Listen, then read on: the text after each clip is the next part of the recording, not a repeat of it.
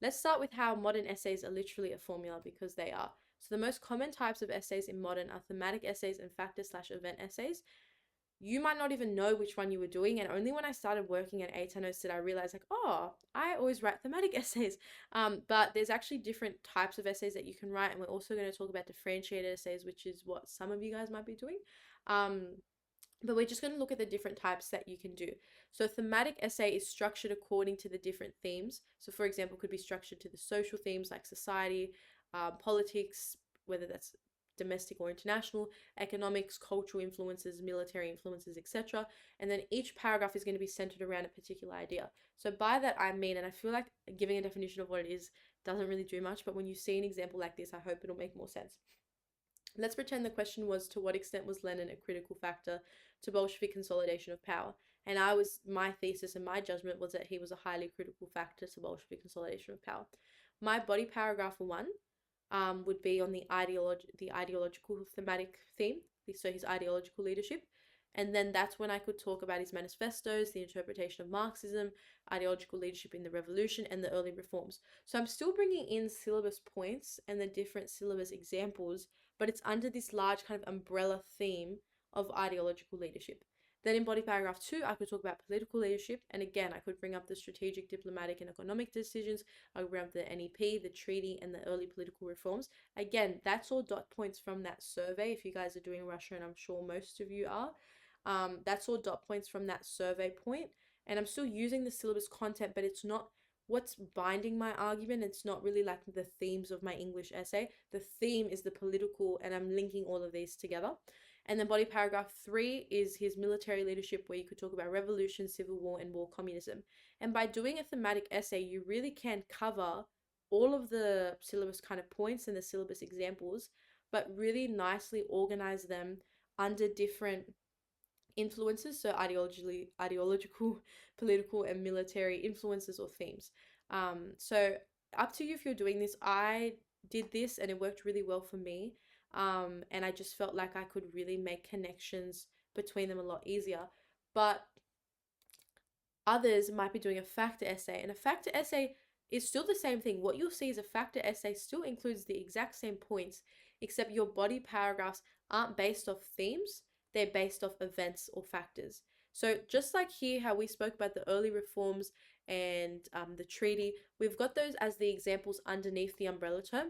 In a factor essay, your umbrella term is the event, and your paragraphs are based off the event. So your topic sentence is going to bring up the event straight away, and it's going to specifically just be about those events, and you're going to include evidence and examples from those events and their syllabus dot points. So again, same question, and I'm saying that Vladimir Lenin was a highly critical factor to the Bolshevik consolidation, but here each paragraph is devoted to a key historical event. So in the first one, it's 1917 early reforms.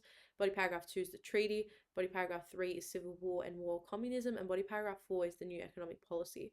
And Lenin's leadership is in all of these. So it's up to you whether you wanted to do something like this. And if you are doing something like this, these are sometimes also known as syllabus essays, because you're using the syllabus examples to guide your paragraphs. But the other one is a thematic essay, but I hope you can see either way, there's not that one's better than the other. It really depends what works for you. And if you are definitely one of those students that's more to the facts and you really like getting straight into the content, a factor essay is going to help out more because it's based on the actual events, while thematic essays are really more for drawing on the judgment. And if you need to more make, like, personally for me in my study, I found it really hard to just be like, okay, I'm going to study this, then I'm going to study NEP, then I'm just going to study Marxism, then I'm going to do early reforms. I had to try and make connections between it so it would make sense. So while I was studying these, I would pair everything together, and I was like, okay, this is the political leadership, and this is NEP, and that's treaty. And in the military influence, you can see that through civil war and war communism. And in my head, making those connections, and my notes were all kind of connected by the different themes, so that for my essays, I knew how to go about it, and I could talk about the different elements and kind of facets of power. So that's what worked for me. But again, I know, and I had friends who what worked for them was really just following the syllabus and using that as the guide and using that as their structure. And if you guys do, for example, if anyone here also does business studies, you know that the syllabus is your paragraphs for the case study essay, for example. It's exactly the same here, where your paragraphs are literally the syllabus and the factors and events of the syllabus. But that's just an example. I didn't put this in here to make anyone feel bad about like doing either or.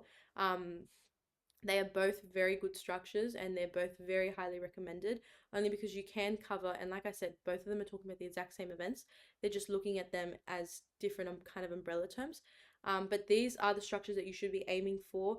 If you are doing anything different, it is okay, but these two are the most common, most popular, and they do just ensure that you can have a concise essay, because structure is so important, especially because it's out of 25. Like our English essays out of 20, modern's out of 25. So there is that extra kind of pressure for structure and really making it concise and linking back to the thesis.